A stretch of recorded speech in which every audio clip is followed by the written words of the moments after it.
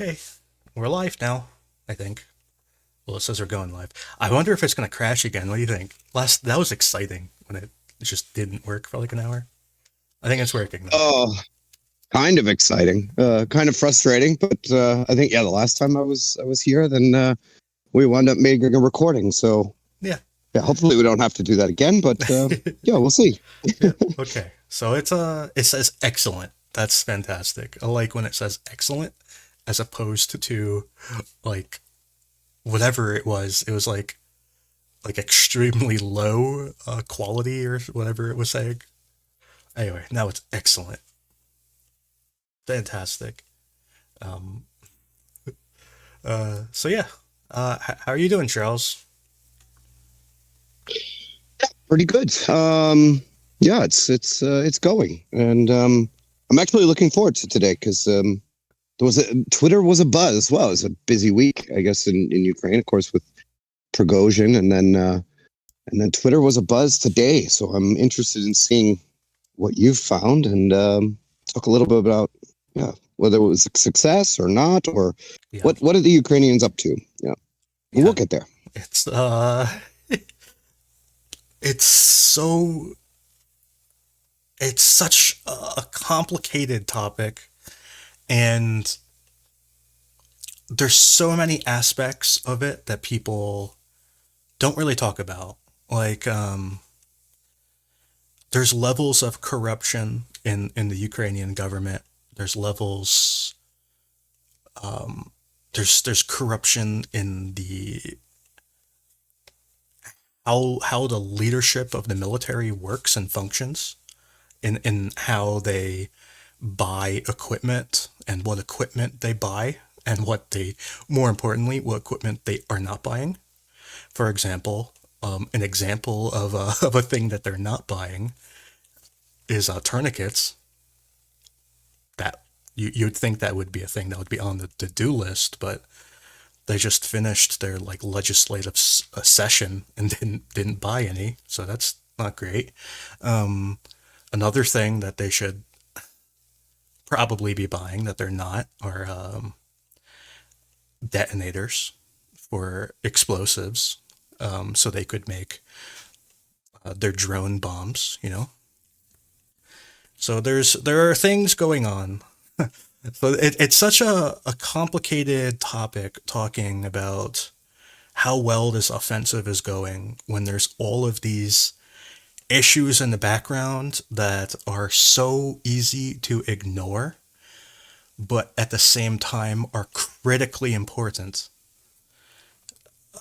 So yeah, that's it's just it's difficult. And then on top of it, we've talked about this in the past that this whole offensive appears very politically motivated in that they are attacking probably the most political target they could have gone for.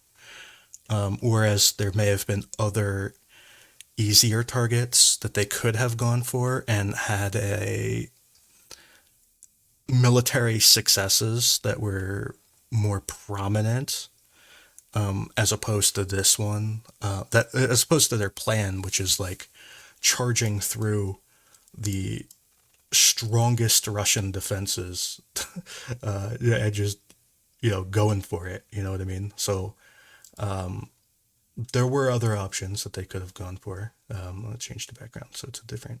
Uh, that's a good background. So there's just so much going on. It's really hard to analyze. It's just there's so much. Um, so there's this the totality of the situation is one way to look at it, and the totality of the situation kind of is bleak. Like it's not great. And then there's these local victories that are positive, and then you can zoom in even more, and then you get these like little pockets of good news and bad news. So I guess is where to start is well, this might take a second because I didn't actually prepare for this. I'm gonna go back in time a few days and play through like the past, I don't know, like 14 days, and we can kind of watch it do this, but I have to backload these days, which takes a second. Okay. Well, I mean, we have talked about this totality before. I mean, obviously not in one discussion, but we've touched the strategic levels and the operational levels and the tactical information and yeah, I mean, I think you're right. I mean, it's a war, so it's extremely deep and extremely broad. So there's strategic topics, and that is, of course, also driven with political goals or political needs in mind. And there's like the operational side, which we saw change, and now I don't know. We'll see today what information you have, whether there's actually got maybe changed back again. Yeah, it is big, but I mean, success on the battlefield is never a bad thing. Yeah. But yeah, we'll see. Yeah, So how much of a success we can call this. Yeah. I'm gonna go back to August 10th, which was around the time that this new phase of the offensive started. So this is what it looked like on August 10th. I'm not sure what background is the easiest to see. Is this easier? No. Is this easier? Yeah, I guess this is easier. Okay, so so this is August 10th. This was kind of the beginning of the phase of this current phase. Basically around this time, Ukraine decided that they had broken the main defenses of Robotyne, and that they were going to throw in reinforcements to kind of finish the deal. So we will see. I'm just going to play through the next few days where you can see what happened over once they started this new phase. So first they kind of pushed down this tree line, and then they started pushing into the northern parts of Robotyne. This change probably it wasn't like Russia pushing out. This was a map clarification based on new drone videos and stuff. And then there a day of where nothing apparently happened. And then we started getting increasing news of Ukraine pushing through Robotyne. And also we had some video of Russia attacking this western portion that we had never seen it happen before. And then there were a few days of silence, basically. So these few days of silence were probably when the events we're going to see happen in a second actually happened. So anyways, so we started getting hints that Ukraine was attacking along this highway and that they had entered the northern part of Robotyne. And then the following day we had confirmations, and then we see Ukraine starting to push south on the flanks, and we had confirmation that they had reached kind of the middle of Robotyne, and they were in kind of a lot of these key buildings. We had videos of Bradleys fighting in the town, etc. Then we had evidence that Russia had basically given up control of the southern portion of the town. And then Ukraine started pushing down the flanks again.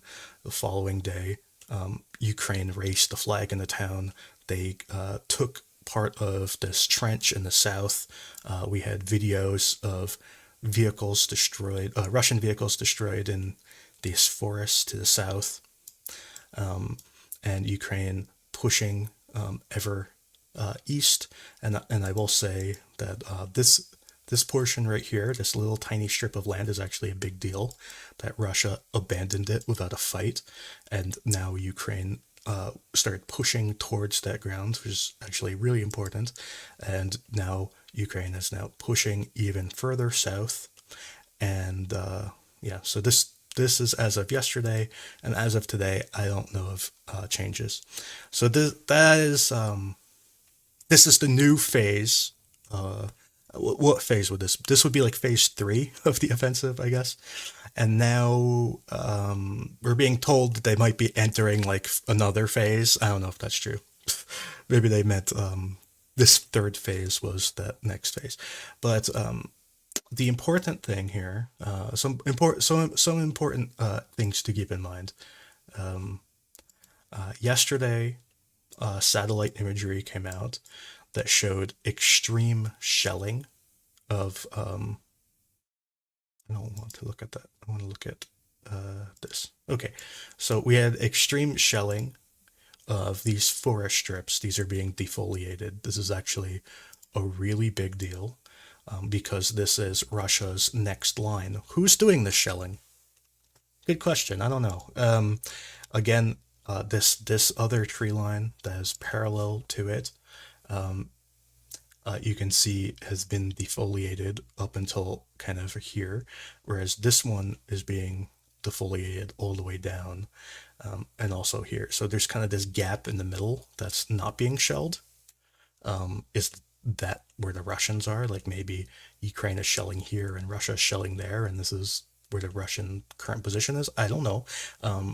Could it be that Ukraine has advanced all the way to here, and this is kind of the main trench? You can sort of see the trench here in this bottom part.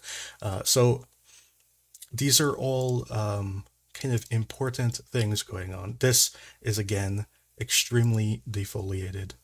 This is just over the course of the past like 2 days, all these trees disappeared. Moving on.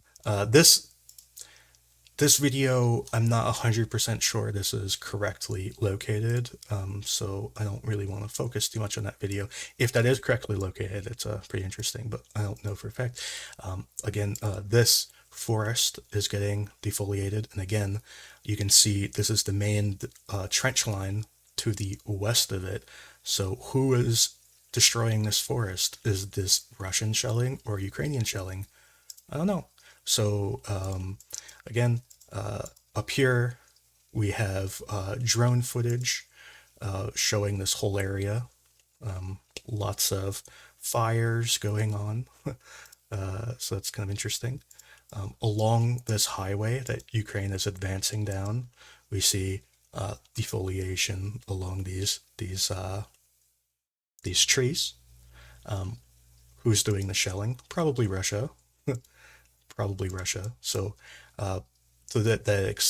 basically these trees along this highway are getting wrecked. As we go a little bit further north, this is believed to be a Russian position, but it's under pretty moderate shelling. This is not heavy shelling, but this is recent and moderate. It's not light. It's quite a bit of shelling, but not as much shelling as some of these other more crazy places. So again, even further north near NOVOPROKOPIVKA, these are airstrikes. Whose bombs are those? I don't know. But this is believed to be a Ukrainian position, so I would imagine it's probably Russian bombs. Near NOVOPROKOPIVKA, I can't say that word. It's really hard. So many words, so many syllables. This is not super heavy shelling, but this is MLRS. So you see these giant holes in the trees. These are MLRS shelling. Who's MLRS? Good question. I don't know. So these are changes that we are seeing. Now, this Ukrainian shelling, I believe, I mapped it yesterday, but I don't believe it's from yesterday. I think it was from like 3 or 4 days ago. Oh, speaking of which, there is shelling south of this town. You see these big circles. This, I believe, are MLRS. These are rather large circles. Maybe Gimlers, I don't know. So there's lots of little green eyeballs. They all mostly represent heavy shelling, with the exceptions of these two MLRS and that airstrike. The rest is moderate to heavy shelling. And they all represent getting closer, if not on the other side of Russia's main defensive line, which you can see as this yellow line here. Now, there's also rumors yesterday that Ukraine entered NOVOPROKOPIVKA. NOVOPROKOPIVKA. There, I did it. Anyway, so they entered this. Well, the rumor is they entered it. There's also rumors that they captured it. I have no evidence of that. It's not beyond the possibility. It's possible that they could have entered it. We do see shelling of this tree line. We do see some evidence that Ukraine has been active in one way or another in this forest here. So it is possible that they entered it, but I've seen no strong evidence of it. Although this is the sort of thing that if there were to be strong evidence, objective evidence, like from this satellite imagery or something, it would probably take a few days of shelling to be visible. And our latest image was yesterday morning. So maybe the next satellite image would show us more. Like if this literally happened yesterday, then it wouldn't have been on yesterday's images. So I guess we'll see. Yeah, thanks for that rundown, because it sort of confirms what my suspicion was, is that activity and movement in this area seems to be increasing since they reached kind of the outskirts of Robotyne on the northwest side. Just either now, this could be due to a number of things. It could be, we're just seeing more information that's landing on your map. It could be the allocations of reserves to this by the Ukrainians. But things seem to be accelerating. Would it be fair, Andrew? Yeah. I'm just listening to you, sorry. No, it's okay. I'm just, now, of course, one of the questions that's been in my mind for the last month or so is the Russians, their tooth and nail defense of their immediate front line. Don't give up 1 meter.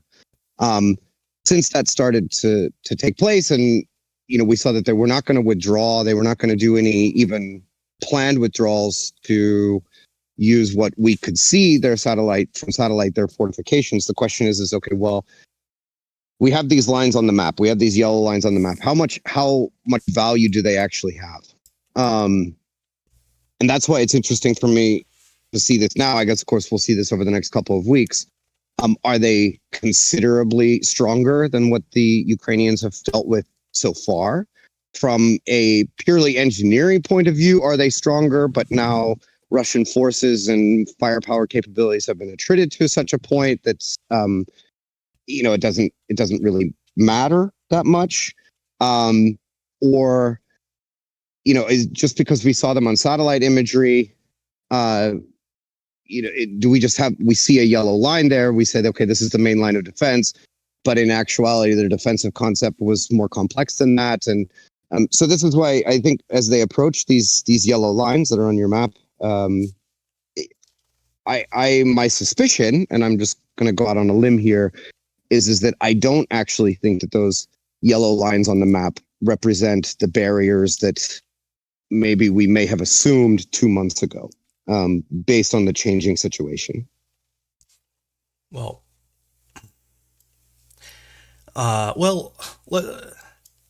there's one possibility, because okay, so Russia started pulling out of Robotyne on about 10 days ago. They started pulling out, slowly at first and then faster. So Ukraine has been, they've been capturing the town, but Russia's also been pulling out of it. And where did they pull out to? So there were a few options that they could have pulled out to. They could have pulled out to this defensive line south of Robotyne, and I thought that's what they were doing. But it appears that they haven't. It appears that they pulled back even further than that. Now, I don't know why they would just not use those defenses. Maybe they did pull back and Ukraine got to those defenses and defeated them there. Maybe that's what happened. I don't know. So some of these things are still clouded in a fog of war that we might not really fully understand what happened for like another 10 years or 20 years or something. But Russia appears to have pulled back all the way to NOVOPROKOPIVKA. They also appear to be withdrawing to this main defensive line here. Everything north of it may be getting abandoned, and that could include NOVOPROKOPIVKA, by the way. It might be the Russians' plan to defend this main trench line, and kind of everything north of it, they might not really care about. And I'm kind of getting that impression right now that Ukraine is kind of being allowed to push up to this main trench line. That's why I think this little flap up here, that Russia was guarding this tree line and they were repelling Ukrainian attacks into this tree line for quite a while, for a month or so. And then all of a sudden, they weren't there anymore. And they're behind this main trench line. So I think that was kind of a canary type event, that it kind of shed more information about Russia's strategy than may have met the eye. I think a lot of people just saw this video here. I can't show the video because it's kind of graphic, but they saw this video and they kind of rolled their eyes at it and said, "Oh, it's just another drone video or whatever." But I think it was actually super important. And I think what happened here, where Russia pulled back, even though they didn't have to. That's kind of the issue. Is that's the key. They did not have to pull back. They were not pushed back. They just pulled back. I think the same thing is going to happen like all over here. So you see how on my map, like this whole area, I've kept it red. Russia probably pulled behind the line there too, and they may be actively pulling out of NOVOPROKOPIVKA. Maybe they will fight for it kind of half-heartedly. Maybe it'll be like maybe something similar to like what we saw in Urozhaine, where they will fight for it, but as soon as Ukraine gets the upper hand, they just left. Although in Urozhaine, they probably stayed too long and they took a lot of casualties. But anyways, they pulled back their important people and they kind of left behind the people they didn't care about, which is kind of the Russian way, I guess. But we might see that sort of thing where they'll defend it with lesser units while their stronger units pull back to the main line. I think I kind of have the impression that's what's going to happen here. And the unfortunate thing is that even those lesser units can defend pretty well and can inflict a lot of casualties on Ukraine, especially because a lot of the casualties will come from helicopters and drones, and those helicopters and drones can be operating like way back here, so they don't need to be in the front risking themselves. So that's just kind of how I see it right now. Like I don't really see this as Russia, their defenses collapsing or anything.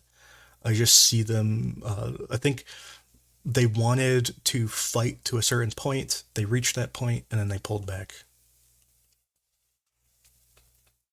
Yeah, that makes sense. I mean, maybe if I could give you kind of a really oversimplified way of the way that I think about combat power is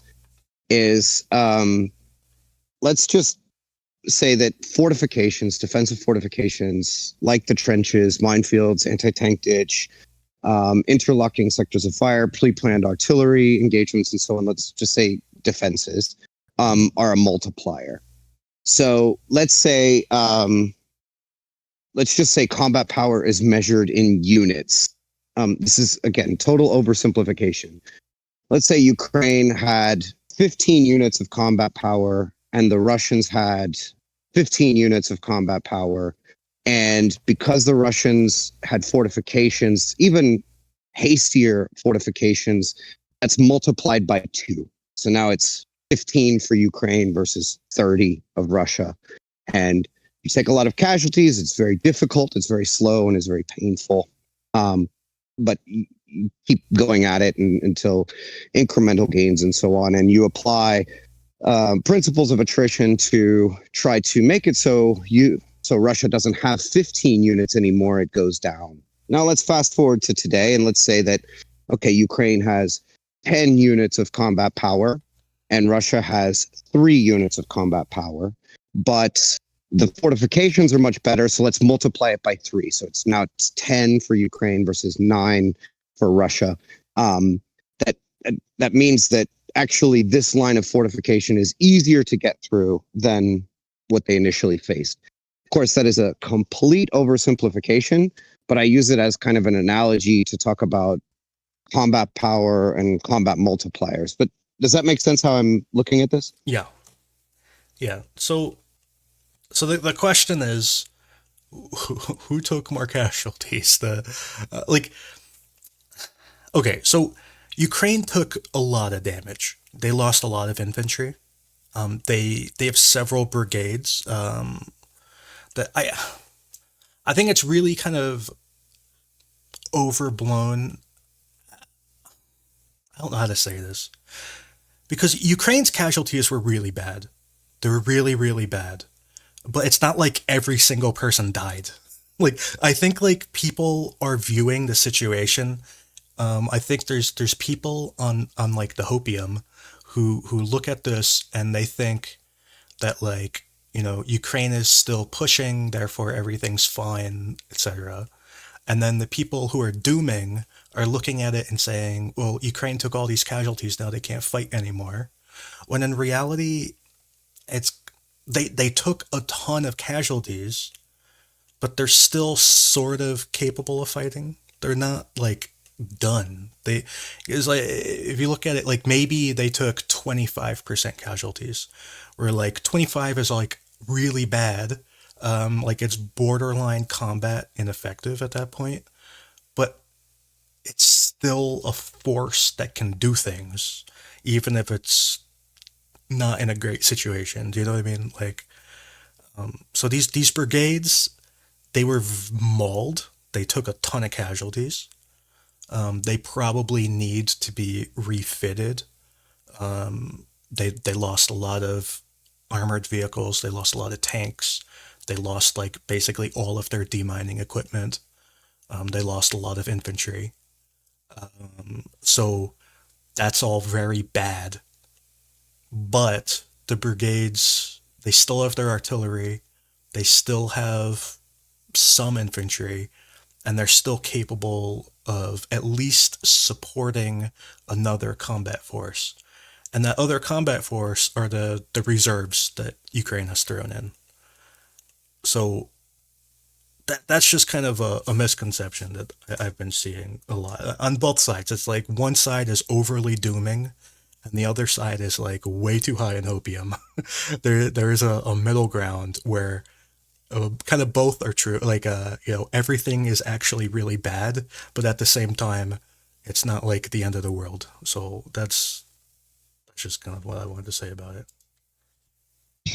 Yeah, I understand, and it's still a close run thing. I mean, I'm totally with that, and I remember when the offensive first started, and we were talking on this stream about the choice of method and direction and the strategic objectives and how they were doing this operational and so on, and even prior to the offensive, what a giant risk this offensive was going to be. Is going to be hard, and there's no guarantee that it would succeed. I must say, like, I'm much more on the not the hope side. I wouldn't even call it hope.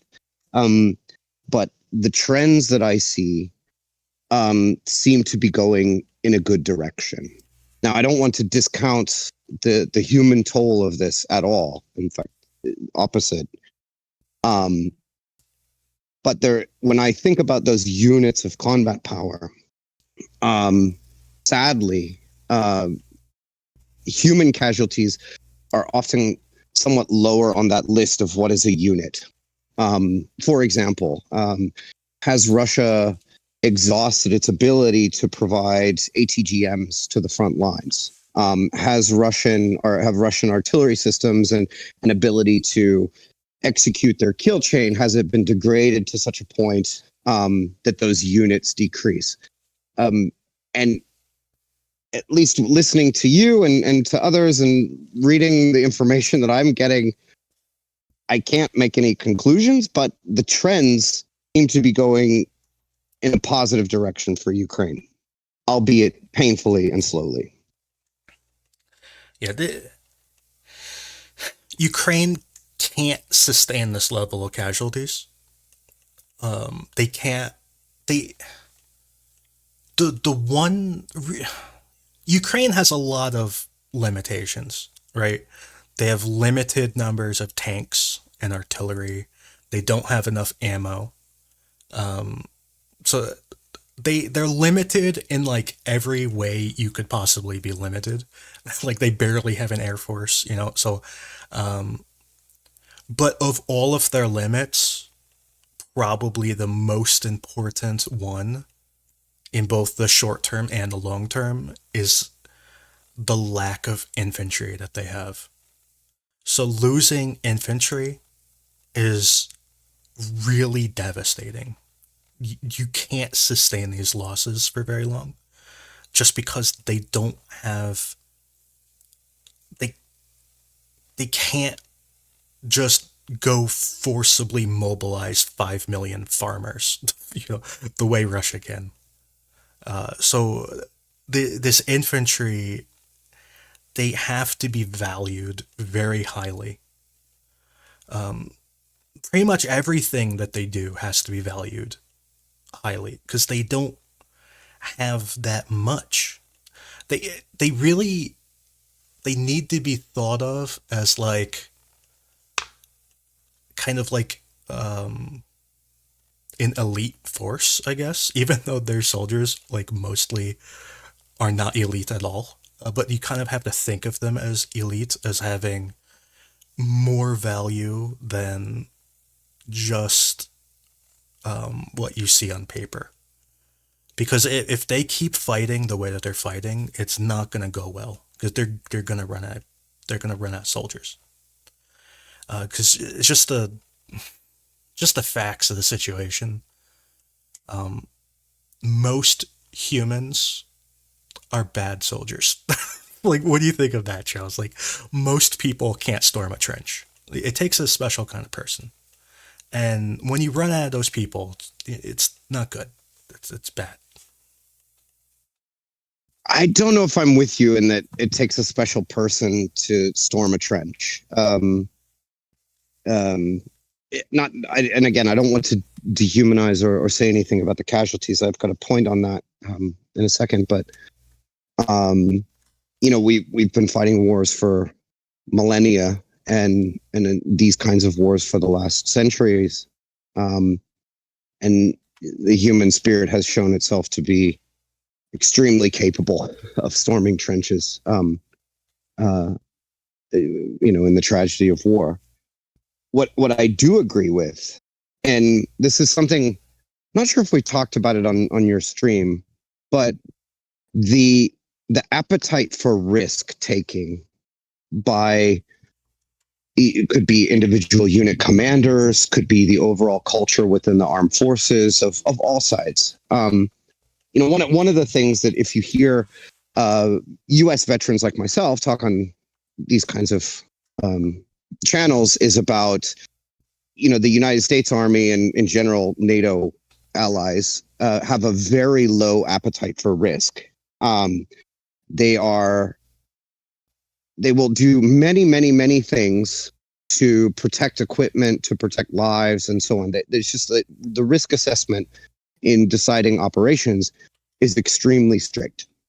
And looking, of course, at this war externally, not being a member of the armed forces of Ukraine or of the Russian army, one of the things that has surprised people in the West is, well, their appetite for risk, like what they're willing to do is, or what they're willing to risk is beyond what you would see from U.S. and NATO allies. That doesn't mean it has to stay like that forever. I know we talked about, demining, for example, and manual demining, and we talked about breaching in stride and taking the risk of pushing through a minefield that you hadn't had the chance to reconnaissance. That's risk taking.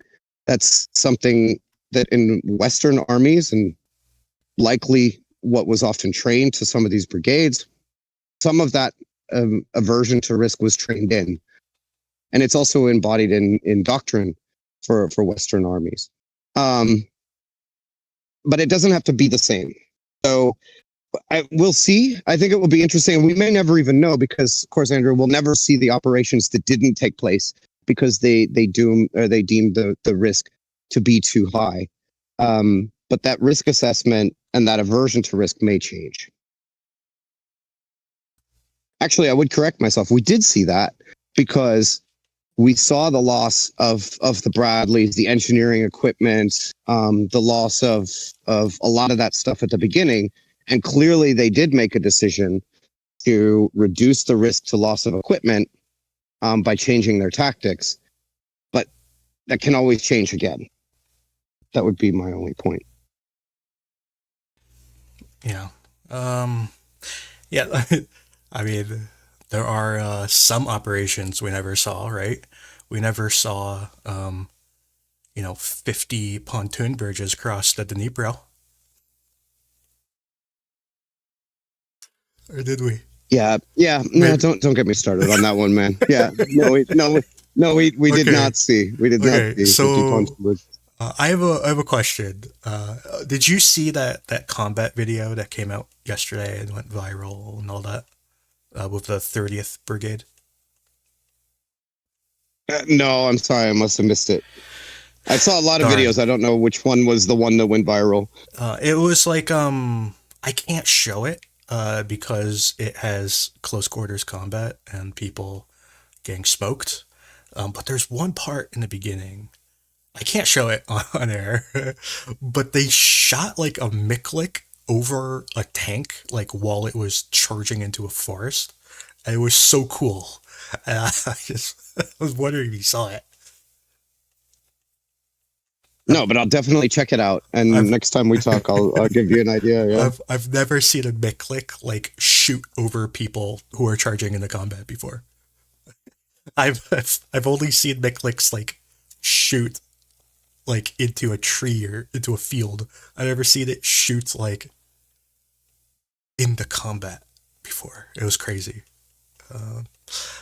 Your initial description actually kind of makes me a bit hopeful because I think Michael Kaufman mentioned this as well. Other observers have mentioned this about the combined arms approach of the AFU and whether they're taking things sequentially and or they're actually doing synchronous activities of combined arms to reinforce things. And we talked about breaching in terms of step by step, but of course doing things in parallel at the same time, as long as it is, we'll say, as long as there's an understanding of the capabilities and the risks and all of these things is actually quite an interesting and good idea.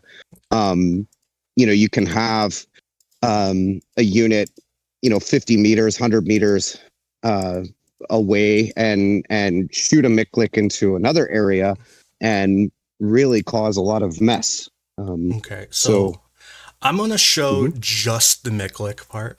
Like, are you looking? Yeah, I see it. Yeah. Okay, so this is just the MICLIC part. So I just want to say what happened previously in this video, because this is like 17 seconds in. This was pretty cool. They had a drone like fly over here, and the drone was like going down this forest like looking for Russians. And when they found one, I think what the drone did, I think he dropped a smoke, like a colored smoke grenade on the Russians. And then like as soon as it fell, the tank started shooting it. So that was pretty cool. And then this happened. So you see these tanks like shooting as of MICLIC. So let's. What do you think of that? What do you think of this image? That's fantastic. I'm guessing this is going to be coming from a UR-77. I can't see the vehicle at the bottom. Yeah, I think so. Yeah. So the UR-77, I mean, the more videos that I see of it, and I've never actually been able to get the exact clarification on the distance and stuff, but it's not like the US one. So it's not really completely tethered. So it goes much further. So this is actually quite clever. You know, is the MICLIC the best thing to be used against, trench fortifications? Maybe not. I mean, if you don't have that many, maybe you should reserve them for the minefields. Are they saying that minefields are laid directly in front of the trenches, and so therefore you not only clear a lane through the minefield, but you also completely mess up the trench and everybody in it?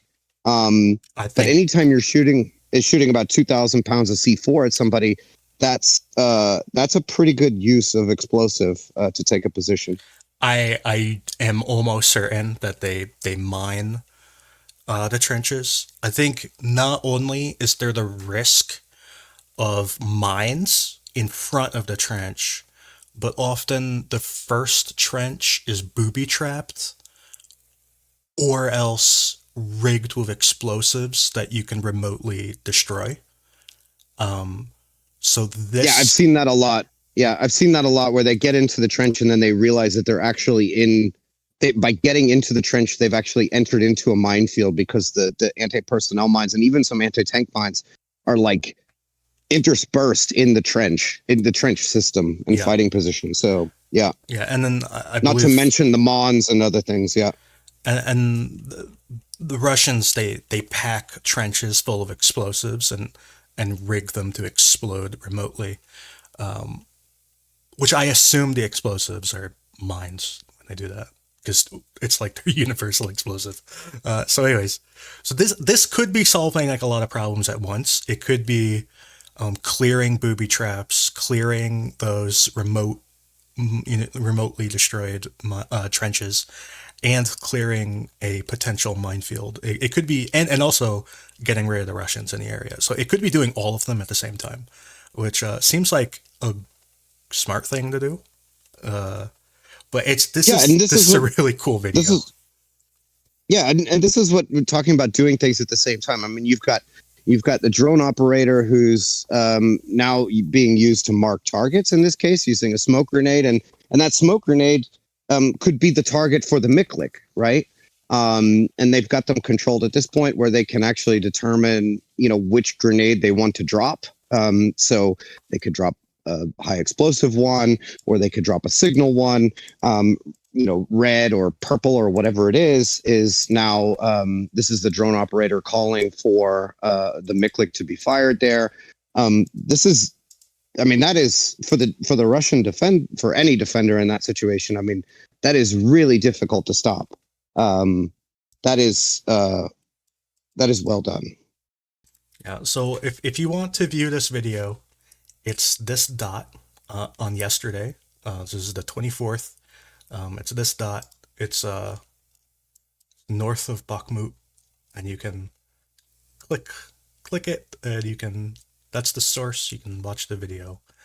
Yeah, the MICLIC I think was pretty cool. There was a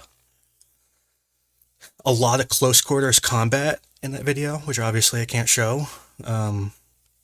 Like fighting within 2 meters of each other, So there's drone combat, there's tanks and BMP-2s and MICLICs. It's really one of the coolest videos that's come out.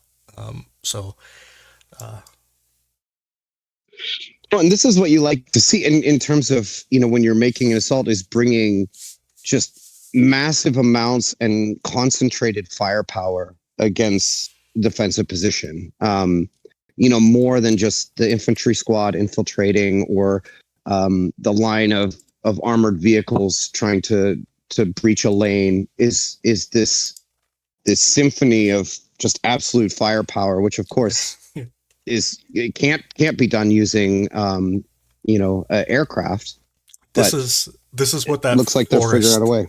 This is what the forest looked like after the attack.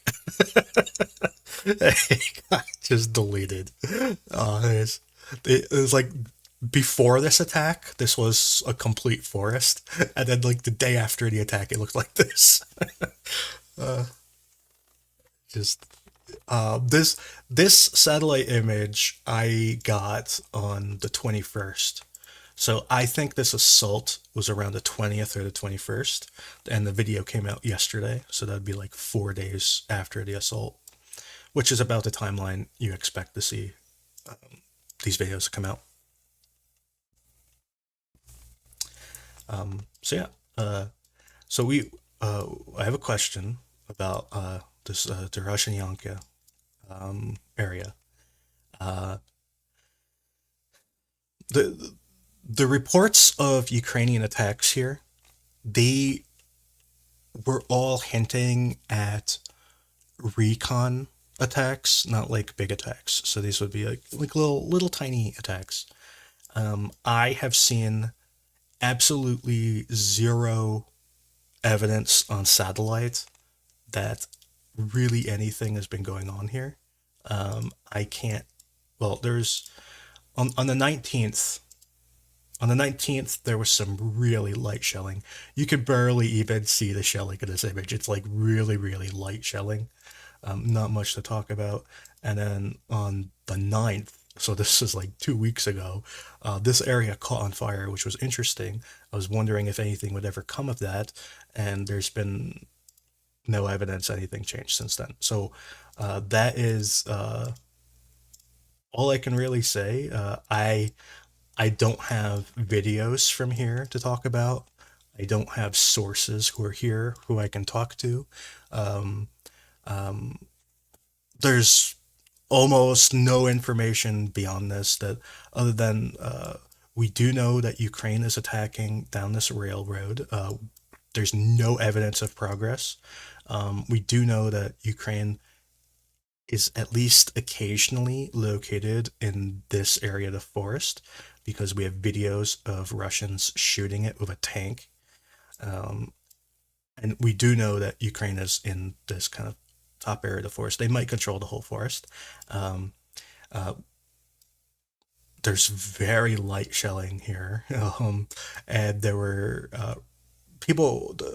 both Ukrainians and Russians were talking about Ukrainian recon operating somewhere in the north of Dorozhnianka, and considering there is shelling here around the time that they said those things, I assume this is roughly where they're operating.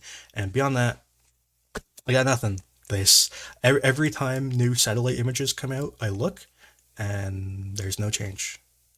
So there's no big movement, I can tell you that, because if something big were happening, then these trees would all be getting shredded, and that it's like maybe 1 or 2 trees get blown up by a mortar or something, but other than that, that's it. Yeah, you can see, like, the eyeballs kind of say it all. The eyeballs are, okay, so when a new satellite image comes out, I start as far west as the satellite goes, and then I just kind of like scroll through the satellite like this, zoomed in as far as I can go, and I mark down all the areas where I see changes, and these eyeballs are all those areas where I see changes. So this guy says it all. Like, the eyeballs are where things happen, and yeah. So these whole areas, nothing happens there really.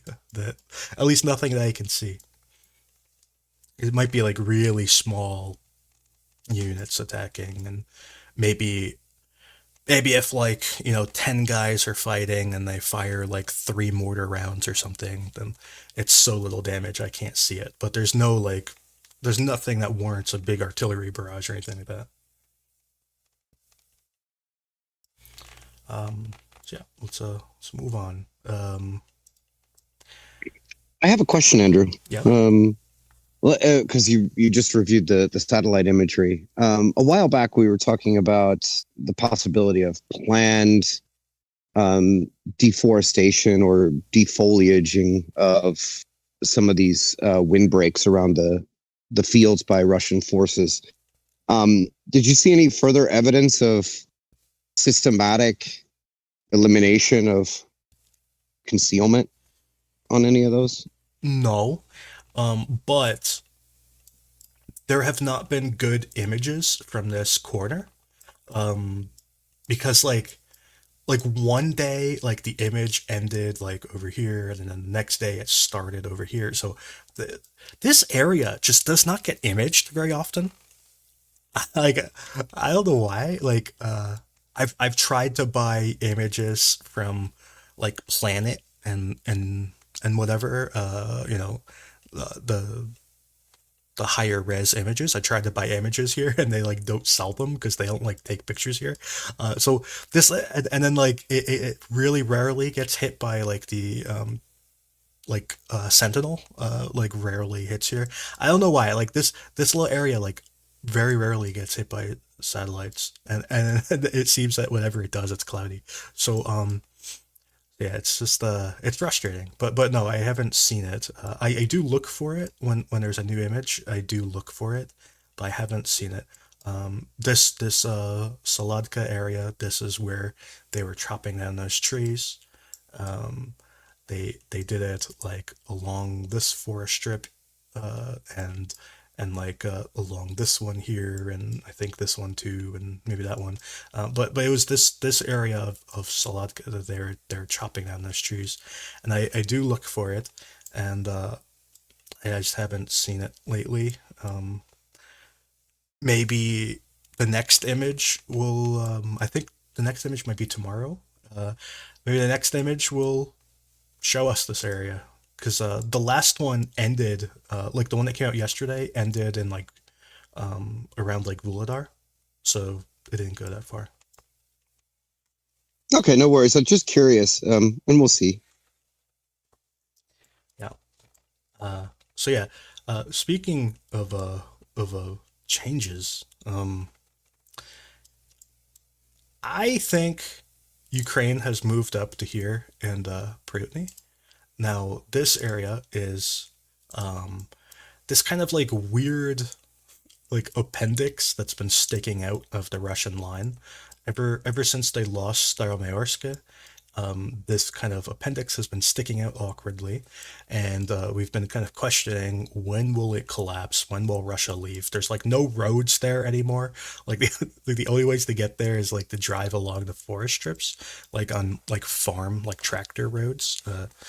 But I think Russia's withdrawing. I really think they're withdrawing at this point. Ukraine captured this area. So if I go back in time a little bit, you'll see that Russia used to control here, and then they started shelling it. Ukraine captured this area, and now um, this area on this along this forest strip, like halfway between, is getting really like moderately shelled. It's not like super heavy, but it's very noticeable. You can see like they're shelling. You can see all these little dots. All these little dots are shells, and most of them are new. You can see some of the trees are getting knocked down, but you can see that the shelling is kind of like here, and as the shelling goes on, these trees will get knocked out slowly. So this is like moderate shelling. It's not super heavy, but I do think that everywhere north of this position, Russia left, and so Russia's front line may be like around here now, as opposed to up there. But I just kind of kept it the way it was because there's no solid evidence of it. But I do think Russia's basically being kicked out of there. And also Yeah, I this area over here has been getting shelled really hard with MLR, and I believe this is kind of the I don't know how to describe it, like the rear of the attack, like where kind of their supply lines run through. Do you know what I mean? So like I think that's what that Yeah. is.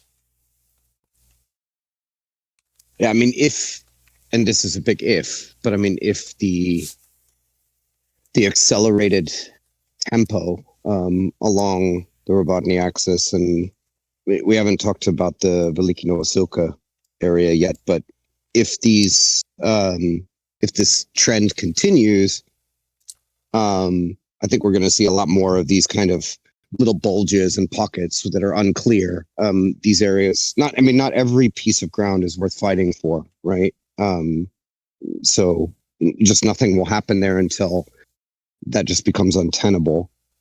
And that would be a great sign of success. Is how jagged is your map's front line? In my opinion.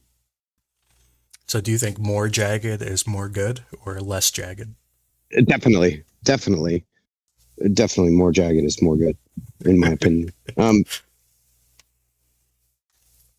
Yeah. So Well, I mean, why take the trench if you know that if other operations succeed in the next couple of weeks, you won't even have to ever assault that trench. In fact, if we fast forward to months, and let's just play with my hope here, but let's say that things continue, things get better and better and better.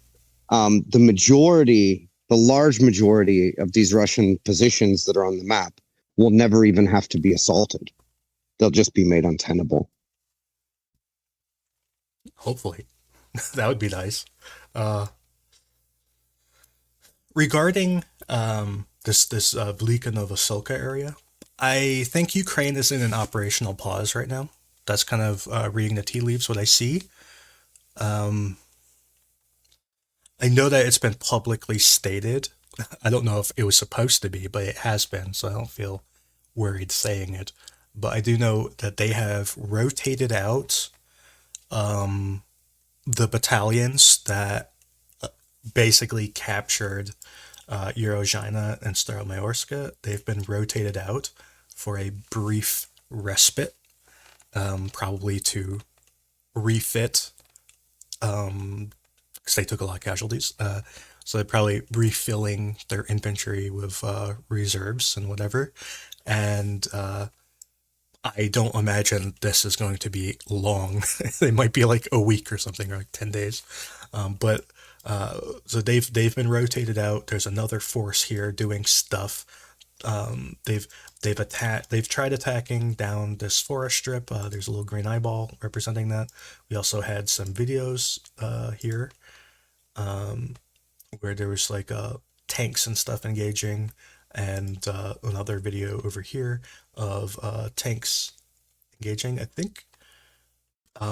Anyway, this video is really fascinating to me because these little tracers are machine gun bullets, and if you follow Ukrainian combat really closely, you'll notice really really quickly that their tanks never shoot machine guns. So just seeing the machine guns warmed my heart. I liked seeing the little tracers because they never shoot machine guns. Like we've literally seen videos where a tank will roll up to infantry and shoot like 30 high explosive rounds at it and not shoot a single bullet out of its machine gun. It's wild. They just I've wondered constantly, like daily, why don't they shoot machine guns? It blows my mind. But anyways, this guy, he's shooting his machine guns. He's shooting something over there. So these are videos. If you go to the map, you can see the videos. That one in particular is mildly interesting if you're into machine guns. The other one is Russians shelling at Ukrainians as they're trying to move up. So anyways, Ukraine is trying to push into this trench system. Now, if we go back in time, I said at one point that there were two defensive positions anchoring here. There was one right here and one right there, and these are the anchor points for Russia's defense in this area. Ukraine has absolutely taken this anchor, and now They tried to take this one. Now, if we go back in time a little bit, Ukraine did assault this position at one point. They assaulted it, and it appeared that there were no Russians here anymore. But also the assault was pretty badly mauled. They lost several vehicles. I think they're Huskies. Yeah, they're Huskies. And shortly after that, we got this satellite image that showed this area isn't happy anymore. You can see this trench over here very faintly.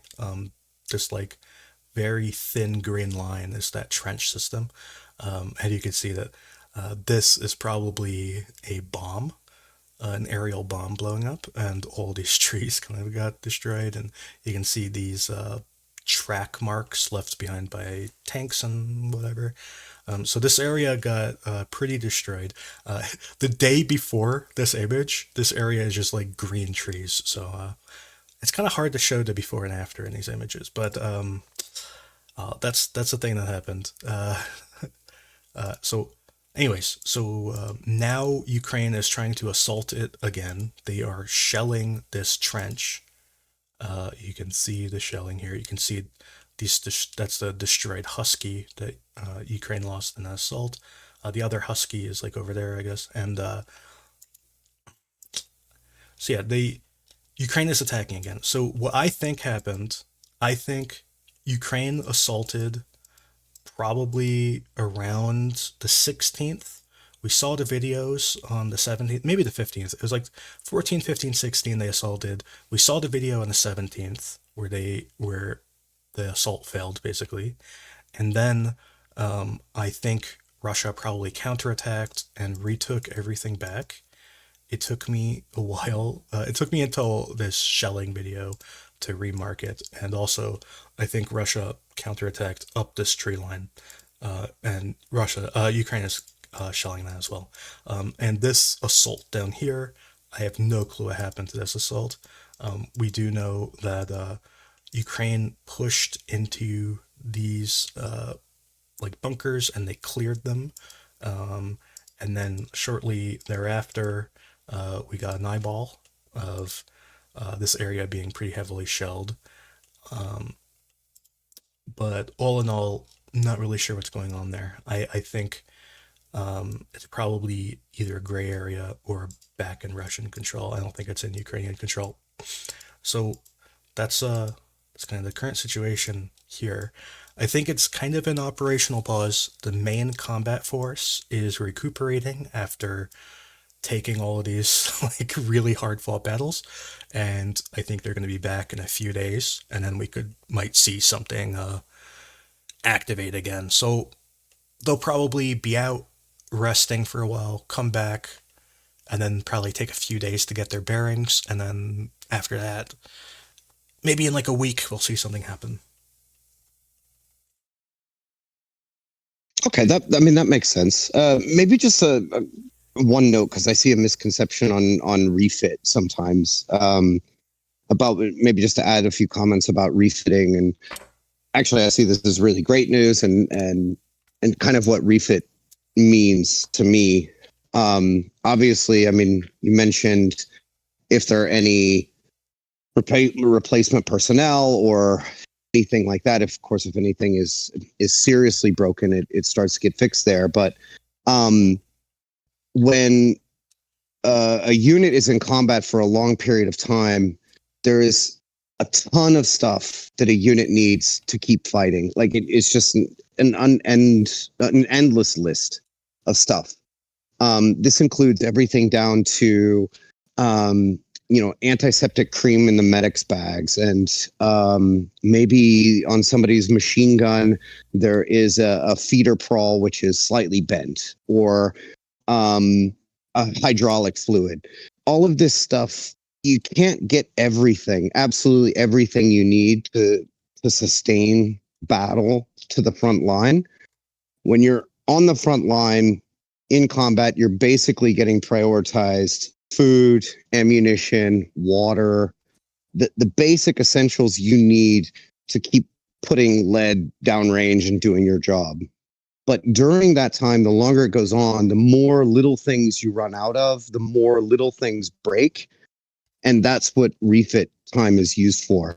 This is when, I mean, it's simple things like this is when you get new socks. This is when, you get new AA batteries.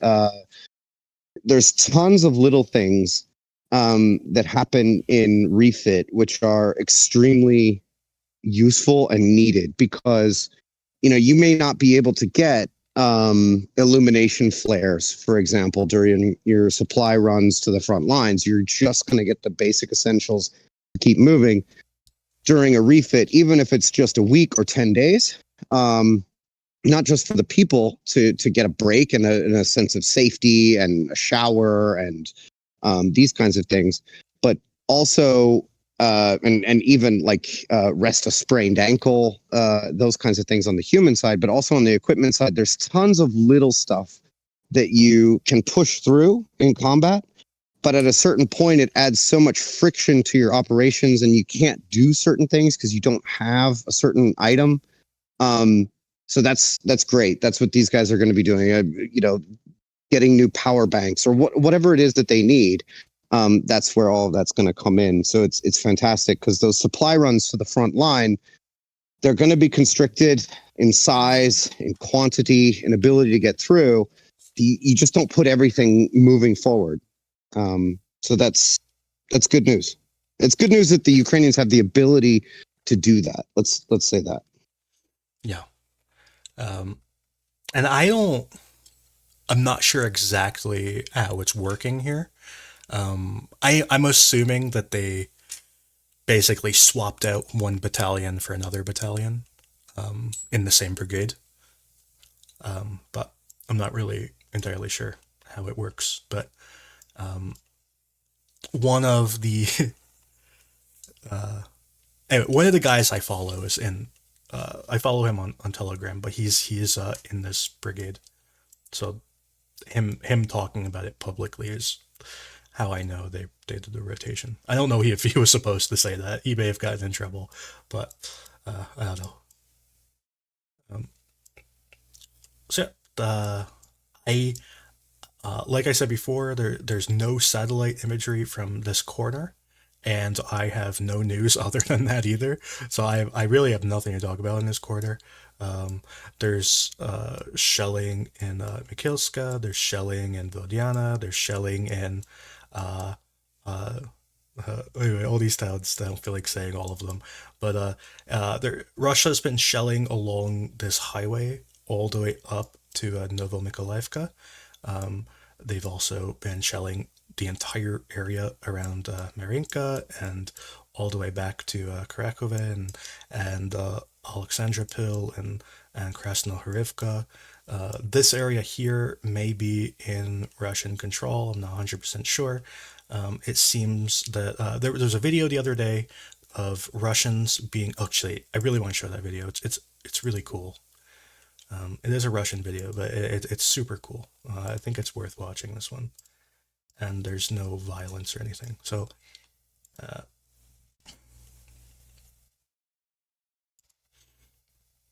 let's skip ahead. So this is the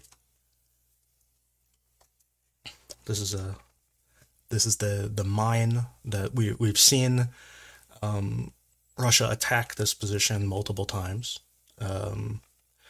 Each time they seem to get repelled, but this video shows that there is a Russian force here, and I'm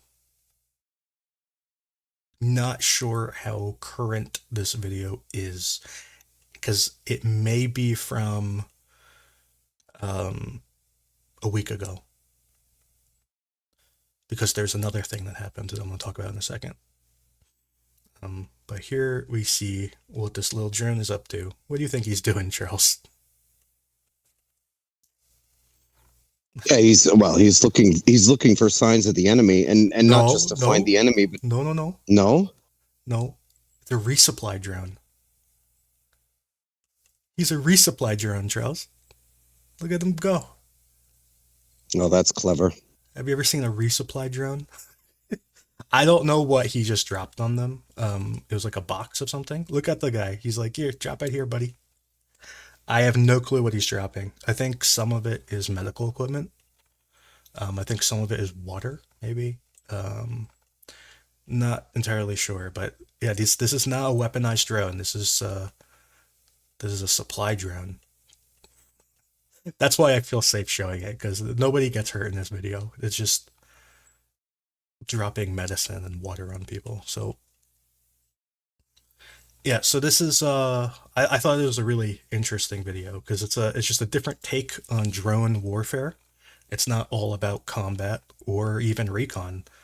How I mean, honestly, if you can't get a messenger to a location, if it's so dangerous, you can't. They've tried resupplying this area with tanks and BMPs bringing supplies, and they all got blown up. They tried getting here in a motorcycle. The motorcycle got blown up. The guy tried to get here in a bicycle. He didn't make it. So how do you get supplies here? The drone. How I don't know how else you would get. Like, there's things you can't bring by drone. You can't bring ammo or anything. But you can bring medical supplies. You can bring water. You might be able to bring, you know, an MRE maybe, something like that. A few Yeah, I kilograms. mean, one thing on the medical supplies, because I think when we talk about medical supplies, and this has been a huge eye opener for me, with this mobilized army in Ukraine and listening to people who um, work with veterans, work with soldiers, and all of this. This has been a huge eye opener. Is of course through this mobilized force. We're not talking about this strict idea of medical readiness that you would see in Western armies. So, before a unit of the U.S. Army or the Bundeswehr or the Royal Army or the UK Army deploys, there's going to be tons of medical checks in terms of, is somebody diabetic? Does somebody have any kind of, are they taking any medication? There's going to be tons of that. Also, the average age of the soldier is going to be much lower. Typically, soldiers in Western armies are going to be in their early 20s when they have fewer health conditions. But of course, through this mobilized force, the average age of the Ukrainian armed forces and the soldiers on the front lines is higher than that. Doesn't necessarily mean that they're elderly. That's not what I'm saying. It's just there are certain things that medical supplies, when we're talking about medical supplies, it doesn't necessarily mean bandages and tourniquets. Those things could warrant Kazovac, but it can be things that are required to, for example, somebody has a dental issue, like their tooth is just absolutely killing them. It could be that, like I said, they have a sprained ankle, or they have a knee problem that they've had for years. And these are kinds of things that keep the fighting force going.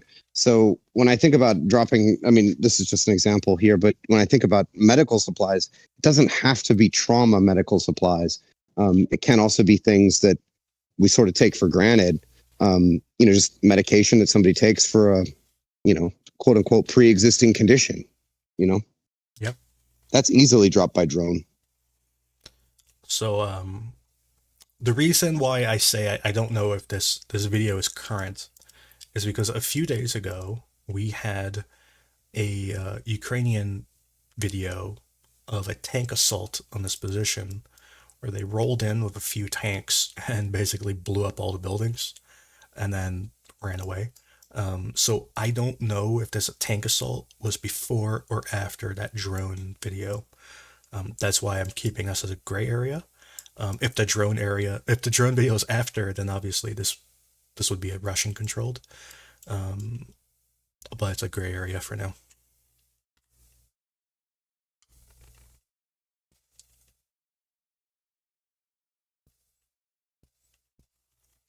What do you think is the logical conclusion or the logical goal of this offensive? I think the goal of the offensive is not. I don't. Higher control over Sea of Azov. Yeah, I don't think it is to take Tokmak. I don't think the goal is to take Melitopol. I don't think the goal is to take Mariupol or Berdyansk, or I don't think the goal is that big.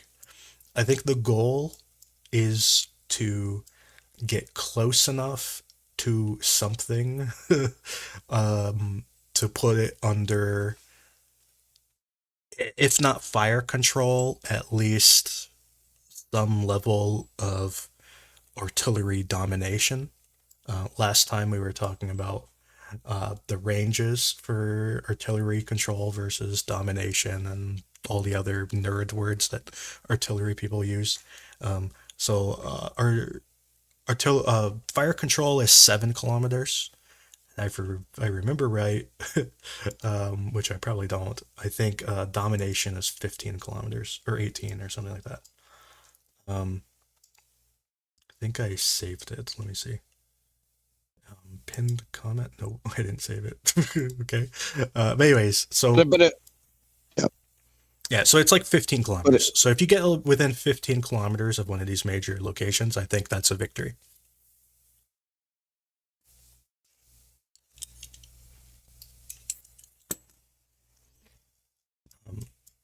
So like there, like within that circle. I don't know. Honestly, I don't know if there is a end state goal of the offensive. I think that's the part that worries me, is that the goal appears to be like charge. I don't get it. Like it seems to be like, go take the next tree line, and when you take it, go get the next tree line after it, and then when you get that one, go get the one after that. It's just like, go get every tree line, get every single line of trees. That appears to be the goal. I don't see a bigger plan beyond that, personally. I just don't like. There are things that I wish I saw happening that I don't.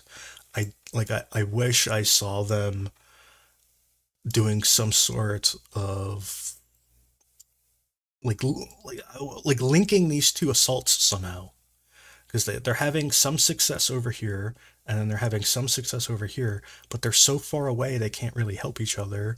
I kind of wish that they were doing something in the middle, but the middle is so wickedly defended that I'm not sure you can really have success in the middle there. And I kind of wish that maybe there was something going on in Vuhledar to link up. I wish these assaults helped each other somehow. And that's kind of the part that I'm missing. Maybe there is a plan to bring everything together. Because like right now it feels disjointed, and I don't know what the goal is. See, I would argue against that, in that I mean, imagine we're on the Russian side, right? The Russians aren't able to support each other in defense either. And I think that, even if it's incremental, each success that Ukraine makes along this axis, and I certainly agree with you that, Ukraine has essentially taken the hardest path tactically and operationally that they could have chosen. There are definitely areas of the front lines that were less well prepared, less defended, and so on. But looking at these two lines here, the Russians can't really make a consolidated defense either. And with the counter battery, the Gimlers, and so on, and Storm Shadow now, they're actually able to have an advantage in terms of mutually supporting these areas. So the Ukrainians can still, maybe not through unit allocation, at least I haven't seen it, but through logistic allocation, they have a much simpler job than the Russians do, trying to maintain two offensives versus trying to defend the two offensives. And I'm going to go way out of my area of expertise here, but strategically, they seem to have made the decision that at least threatening southern Ukraine and Crimea would reach their strategic goals more than threatening eastern Ukraine and Donbass. And I can see the logic in that.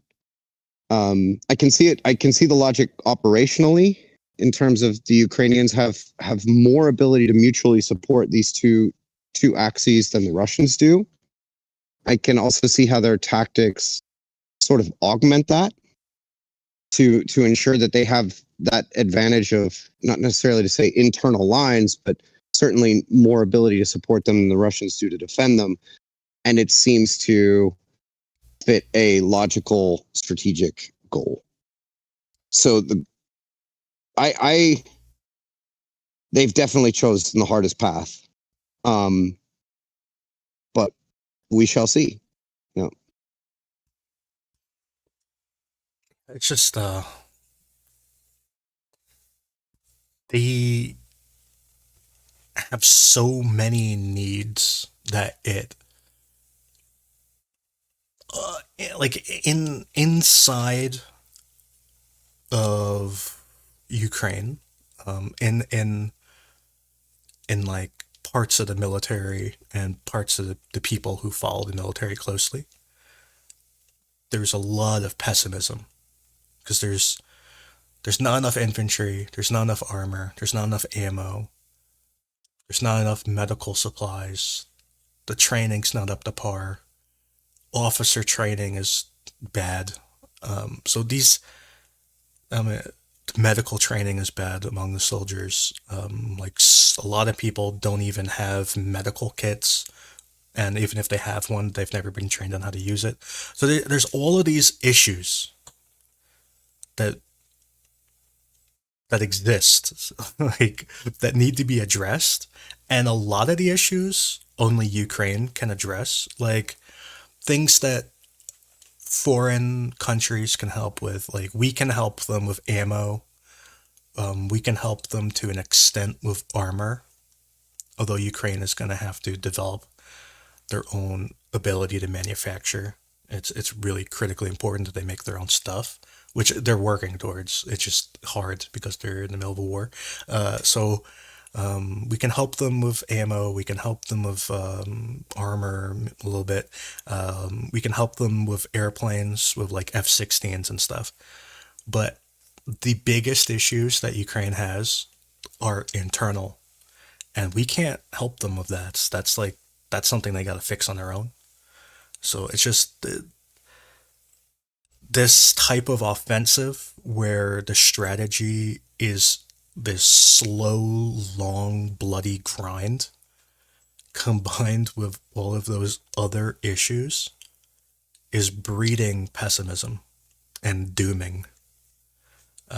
And you see it all over the place. You see it in like articles written by famous people. I'm not going to mention names, but you know what I mean. But articles written by famous people have this sort of doom. There's there Twitter threads. People just talking about this, whether they are in the military or military experts or journalists or whatever. You're getting a lot of this dooming, and the dooming is coming from all of these background problems that aren't getting addressed. And there's not much that we can do about it. It really is a Ukrainian problem. The Ukrainians have to fix it. There's like outsiders can't do it. It's their problem. They have to stem the corruption in their government. They have to, get certain people out of positions of power. Like that's up to them. Like we can't do that. Like we can't go into their country and change their government. Like that's not how it works. So I think I, these I background go problems ahead. are where the Sorry. doom comes from. Yeah, I completely understand, and I know, I understand it. Um, my point, I guess, is that, at its essence, warfare is a comparative exercise. It's a contest. Um, so will the Ukrainian army ever fulfill, its potential in terms of which benchmark is that, and there will always be things that need to be improved, and if there's a process to improve and a way to improve, and getting better, that's fantastic, and it should definitely be undertaken. But of course, we're ignoring in this, you know the countless problems that the Russian army has, um, in terms of its own myriad of issues, which, in my opinion, run much, much deeper to any of the shortcomings within the Ukrainian armed forces. Um, so, as a comparative, as a contest in this case, and I'm just looking at it strictly as an exercise here. I don't see that doom, but as a former soldier and been in combat, I can understand that doom. As an observer, I've seen the hugely emotional waves, go up and down as things happen. Um, and we shall see. But I can understand it. Let's put it that way, and I can sympathize with it. But I'm certainly more on the hope side. Oh, and hope is the wrong word. On the optimistic side. Yeah. Yeah. Okay, so I want to move to Bakhmut. And Bakhmut is really the last place I have firm news. So like anywhere north of Bakhmut, it's not really so much news. So at least not interesting news. So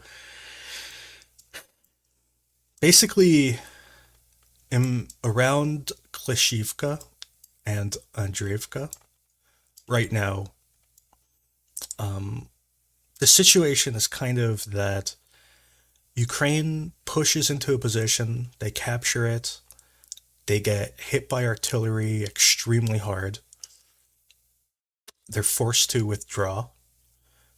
Russia moves in, retakes it, and then the cycle repeats itself. So Ukraine moves in, takes it, gets shelled, leaves. Russia moves in, takes it. Ukraine attacks, takes it again, gets shelled, leaves. That's just what's going on. And it's going on all over the place here, and it's causing an attrition. An attrition to both the Russians and the Ukrainians. Now, if you believe some of these optimistic reports, Russia is slowly running out of equipment. And by running out of equipment, I mean, we're only talking about, like, I'm going to draw a circle. We're talking about, that's too big. That's still too big. Okay. So when I say running out of equipment, it's like, we're talking about this circle, okay? We're not talking about anywhere outside the circle. This is the circle we're talking about. So, so if you believe the rumors, Russia is running out of equipment, in terms of armor and artillery, and they are becoming increasingly infantry dominated. I don't know if those rumors are true. There's no way for me to verify it. I typically don't believe things like that. But that is a comment that I've seen made by multiple people. So, but the issue is that if it's true for the Russians, it's probably also true for Ukraine, and that they're also becoming infantry dominant, I imagine. Um, I don't think it's true for Ukrainians either, to be fair. So, but anyways, if we just kind of like play with the rumor being true, if Russia is becoming infantry dominant, and they're also pumping more and more infantry here to hold the position, then that would mean probably two things. First, it would mean that Ukraine is going to have a really tough time moving past this position that they're currently in, and they'll probably even lose ground, I imagine, and kind of fall back to this kind of hill where they're kind of, exposed on these forest strips here. They might have to pull back to like back here. So if that were to happen, if Russia is to totally reinforce here, I imagine Ukraine would fall back a little bit, and then it would just be a stalemate at that point. On the flip side, it would also mean that Russian casualties would go up substantially because they'd be concentrating more infantry in this little area that Ukraine can then shell with cluster munitions, etc., causing a lot of damage to infantry. So that if the rumor is true that Russia is in fact running out of equipment, I think those are the two outcomes. That it would become a stalemate with this increase of infantry, and also Russia would take more casualties than we're currently seeing. And that's assuming the rumor is true. Otherwise, you could assume status quo.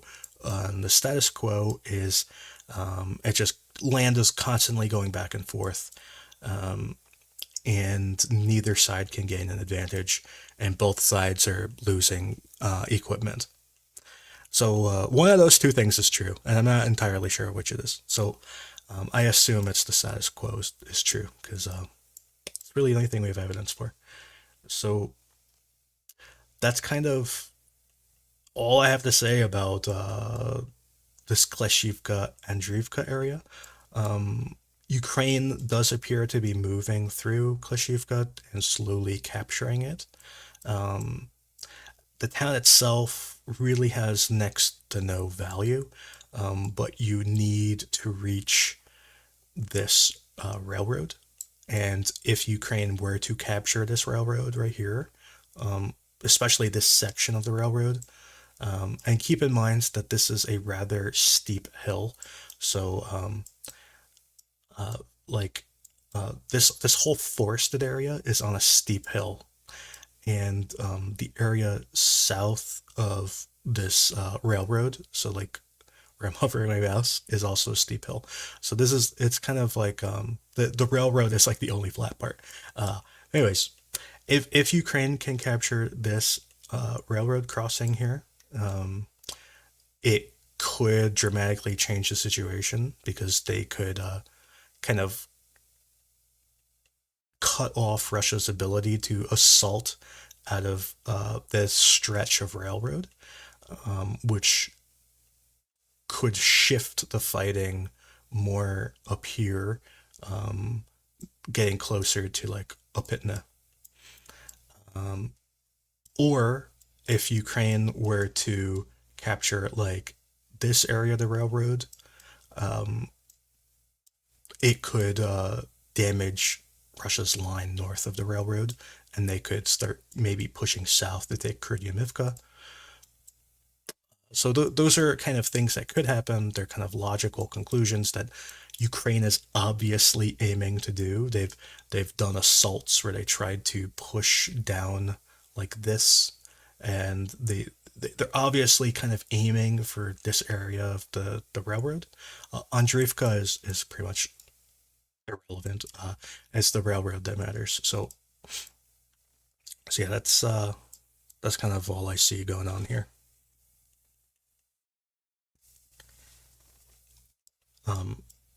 North of Bakhmut, we see Russia attacking towards Robotyne, I guess.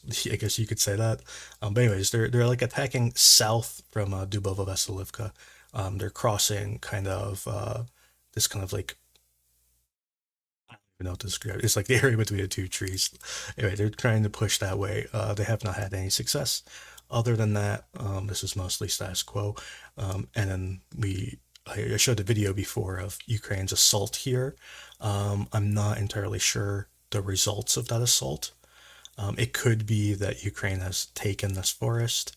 I'm not changing the map until I get firmer evidence of anything actually changing. And then kind of all of these areas north of here, I don't really have anything to say. I really have like almost nothing to say about areas north of here. Yesterday we had a video of Ukraine shelling all of these positions, which isn't super terribly interesting, but you know, why not? And yeah, I have no actual updates from Sinkivka. There were some videos the other day of Russia dropping bombs from drones on Ukrainians moving through the forest, but these positions were transitory and I don't think represented defensive positions. So I think it was a gray area. And yeah, that's kind of all I have to say. Oh, Russia tried to capture Novoiehorivka, and they are bombing this little town here that I can't remember the name of. They're repeatedly bombing it with airplanes. So yeah, that's kind of all I have to say about this area. It's I don't really have very little information. In Belohorivka, we had a video of a Russian drone flying around, and they were shelling Ukrainian positions here along like this little hill here. I don't know when this video is from. I don't know if it's recent or not, but it did imply that Ukraine controls this little hill. But I just don't know when that was. Yeah. Russia attacked Sperna, and it went very badly for them. And yeah, that's kind of it. There's been a lot of Russian airstrikes in Sumy recently. Like I'll just go through time. I map them every day. You can see that like mostly every day they're hitting Sumy with various airstrikes. They're mostly helicopters, unguided rockets, but occasionally, like the other day, they shot a Shahed into a school and blew it up. It says here that they killed 2 educators, but I think it went up to 4 because there were 2 more in the rubble that they hadn't found yet. So I think 4 of them died. One was I think in English it's like the principal of the school. I think that's what the word we use in English. They called it, I think like the literal translation is like headmistress. So, and then I think a librarian died and I can't remember who the other people were. I think one was a librarian. I think one was like an accountant or something. But anyways, 4 people died in that, and that's pretty sad. They shot a Shahed. I think it was a Shahed into a building, into the school.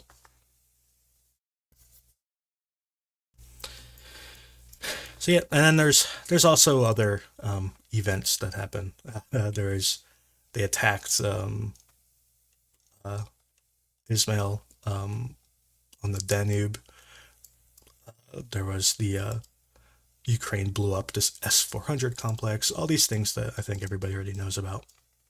So that's kind of it. Oh, and there's one kind of interesting thing that not many people really talk about, but Ukraine, they're conservationists. They planted a bunch of plants in the dried out riverbed, and the plants, they took this photo all the way in the back of the river where it's more safe, but they did it basically all the way up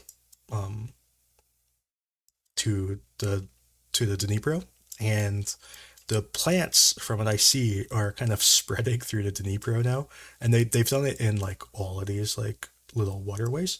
So the plants they planted like alfalfa and I think what was it, clover? Yeah, clover, alfalfa, and a few other plants. These are like all naturally like spreading ground cover plants in order to prevent dust storms and the water here, like the bed has a lot of like heavy metals, so they really don't want heavy metal dust blowing around. So these plants, their roots should you know strengthen the ground enough that it doesn't fall apart and get out of control and start having these poison dust storms and stuff. So yeah, I don't know. Andrew, I've got a question for you, but it's about Wagner. I'm not sure if you want to talk about it today, but Okay. it's not about Prigozhin. It's just about Wagner. Um, and it's a military question because I mean, now that since the events of this week, basically, we can pretty much exclude the possibility that Wagner is ever going to come back to the front in any form. um, what impact do you think that has on the Russian military moving forward? That Wagner is now literally and yeah, de facto dead. Yeah, I think Wagner is over personally. I don't think they'll ever bounce back from this. I don't think they'll ever be allowed to bounce back from this. I think the whole purpose was to get rid of them forever. And I think what we'll see is that the Russians will go into Africa with their own special forces type people to replace Wagner in all of their areas of operation. Um, and I think um, in Ukraine, I think they're basically finished. What's going to happen in Belarus? I'm kind of interested in. I think the Wagner who are there will continue. I don't know if they'll use the name Wagner or if they'll be something else, but I think Wagner is basically dead. I think it's going to be dismantled by the Russian state over the next few weeks or months or whatever the time scale is. It doesn't really matter, but I think they're gone. I don't think the organization will exist. And if it does, it'll be in name only. Because Yeah, I mean the the reason name why I'm has some wondering value. about this is because I mean over the last 8 months, basically, well since they started attacking Solidar, and when was that? Late November, early December. I mean, Wagner had reached a status not just in PR wise, but also effectively. They were an effective force in the Battle of Bakhmut. They did achieve things for Russia. And just on the military side, I'm pondering to myself, um, is the loss of Wagner augmented in terms of their ability to be sort of a, I don't even want to say it elite, but at least somewhat effective force? Or will that just be simply incorporated into the Russian army and it doesn't really have an impact at all on the Russian army's effectiveness in Ukraine? You know? Well, yeah, I know what you mean. I think Wagner's dead. I don't think they will play any role at all going forward in Ukraine, and I'm not sure they'll play much of a role anywhere outside of Ukraine either. Like the individual people, they might join. This is kind of the way I see it. I think the people who were in Wagner are basically going to be given an option to join the Russian army. They've extended this offer already, obviously. So I think that they're basically going to be told you can join the army or stop, or I don't think Wagner will exist. I think it's going to come under the umbrella of the Russian military, under military leadership in one way or another. Maybe they will make a new group that is similar to Wagner with the existing members, like the surviving ones, or something like that. Like I don't know exactly how it's going to play out, but I think they're dead, and I don't think they're going to play any role. I don't think they're going to do anything in Ukraine anymore. I don't think they're even going to have enough power to make like their own units or anything like that. I think it's over. That's my opinion. Yeah, and I mean I agree with you. I see it like you do. I just wanted to ask because I mean there was a lot of talk this week about the crash and the criminology and all that stuff, and for me I was looking at it as like, okay, well, this for me seems to be the death knell, and this is it. Like Wagner is done. Like even before that with the redeployment to Belarus, the giving up of all the heavy equipment and all that stuff, it was like, okay, well, it looks like it's done. And so I was just thinking in terms of the military impact in Ukraine, what your opinions were. Yeah, thanks a lot. I totally agree with you. I just yeah, it's interesting to hear. Thanks. So that's kind of all I wanted to talk about. But yeah, there's the news today of Wagner. There were some people who got really upset about this. I'm not entirely sure what to think of it. They claim okay, so this guy showed up at the cemetery. It was a Wagner cemetery, and they had torn up all the Wagner stuff, and he was really upset. And then it came out that the reason they're tearing it up to make a permanent thing, like memorial, like maybe that's the right word.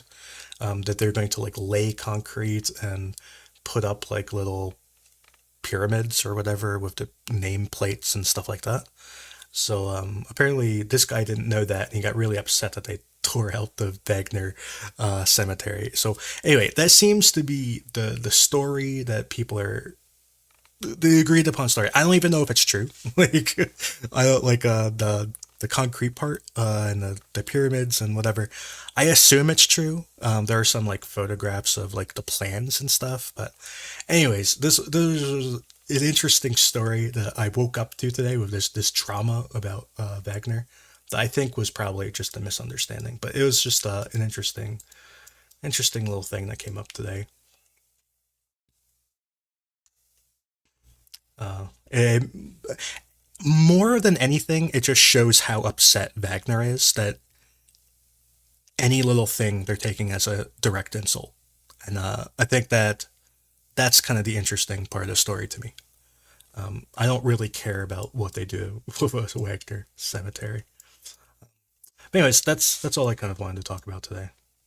Um, uh, Great. do you have anything else to add? No, that's it. Thanks a lot, Andrew. Thanks for having me again, and yeah, thanks for all the information. Yeah. Fantastic. Thanks for coming, and thank you for everybody who listened. And if you found it useful, you can share it with your friend or something. I don't know.